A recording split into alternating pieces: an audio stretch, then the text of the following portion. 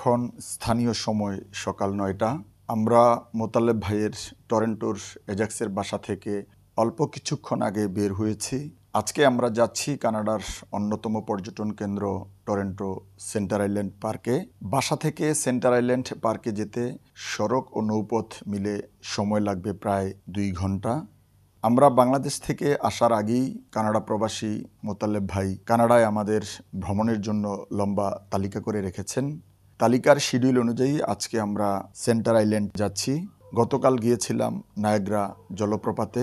আসলে আমরা কানাডায় যতদিন থাকব আগে থেকেই মোতালেব ভাই ততদিন ছুটি নিয়ে রেখেছেন।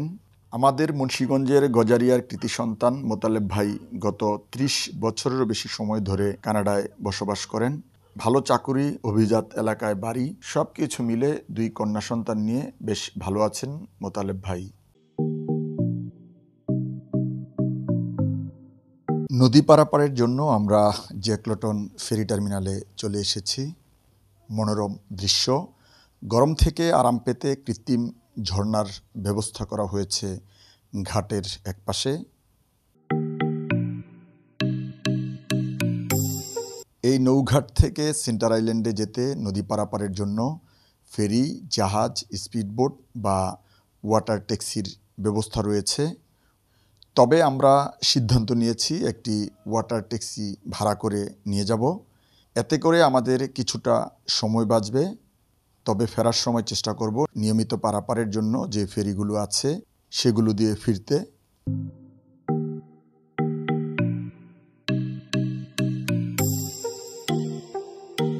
একটি ওয়াটার ট্যাক্সি ঘাটের দিকে আসছে। আমরা এমন একটি নৌযানে করে অন্টারিও নদী পার হব।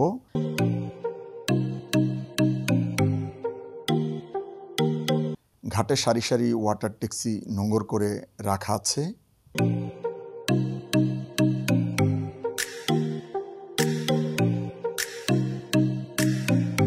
মূল শহর থেকে বিচ্ছিন্ন কানাডার অন্টারিও প্রদেশের অনেকগুলো দ্বীপের মধ্যে সেন্টার আইল্যান্ড অন্যতম একটি দ্বীপ। শহর থেকে ফেরি, জাহাজ বা ওয়াটার ট্যাক্সিতে করে এই দ্বীপে যেতে হয়। জাহাজ বা ফেরিতে করে নদী পার হতে ২০ মিনিটের মতো সময় লাগে। এর জন্য আসা যাওয়া ভাড়া বাবদ গুনতে হয় জনপ্রতি প্রায় $৯। তবে আমরা এই ওয়াটার ট্যাক্সিটি কানাডিয়ান $৭০ দিয়ে ভাড়া করেছি। আপনারা চাইলে বাংলাদেশি টাকায় হিসেব করে নিতে পারেন।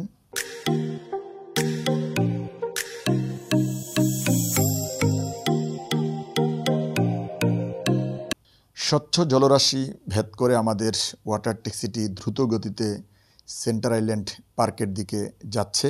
প্রচণ্ড এই গরমে নদীর ঠান্ডা বাতাস নিমিষেই আমাদের মন ও শরীর সতেজ করে দিয়েছে।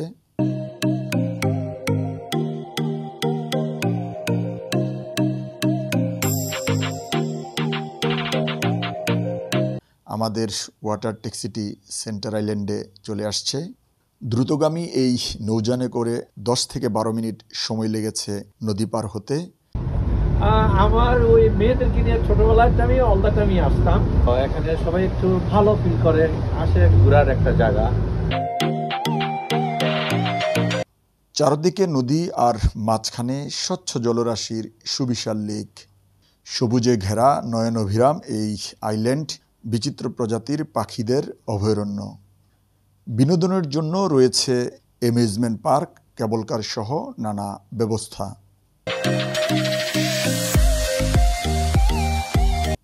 গাছগাছালি আর সবুজে ঘেরা এই দ্বীপের একপাশে রয়েছে সুবিশাল অন্টারিও নদী। বিশাল এই নদীর একপাশে কানাডা আর অন্য পাশে যুক্তরাষ্ট্রের সীমানা। 1858 সালে শক্তিশালী একটি ঝড়ে আজকের সেন্টার আইল্যান্ডের এই অংশটি মূল ভূখণ্ড থেকে বিচ্ছিন্ন হয়ে একটি দ্বীপে পরিণত হয়। 2 বছর পর 1860 সালে ছোট্ট একটি সম্প্রদায় এই দ্বীপে বসবাস শুরু করে। আর 1867 সালে এই দ্বীপটিকে পর্যটন কেন্দ্র হিসেবে ঘোষণা করা হয়। প্রতিদিন দেশ বিদেশ থেকে অসংখ্য পর্যটক এই দ্বীপে বেড়াতে আসেন।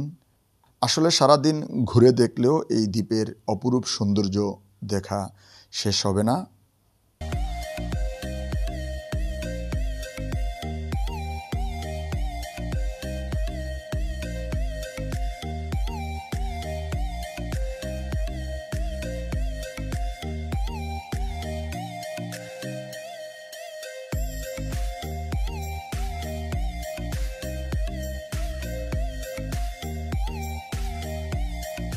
এখন বিকাল 4টা, আমরা বাসায় রওনা দিব।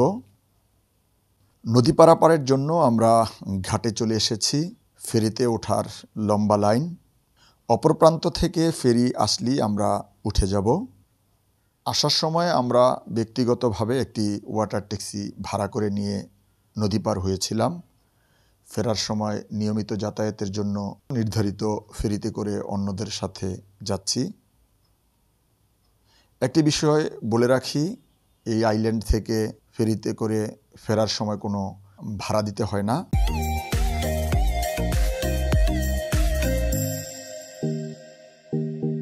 আমরা ফেরিতে আছি।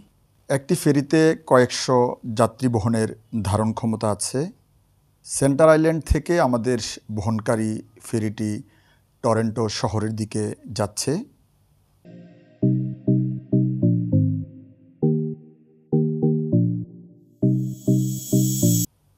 ফেরি শহরের যত কাছে যাচ্ছে, নদী পাড়ের স্থাপনা সহ ছোট বড় অট্টালিকাগুলোর সৌন্দর্য আরও ফুটে উঠছে।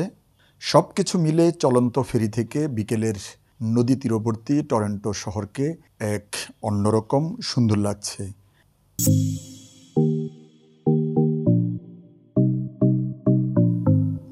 ফেরি ঘাটে চলে এসেছে। তো আজকের জন্য বিদায় নিচ্ছি। আবার দেখা হবে নতুন কোনো অভিজ্ঞতা নিয়ে।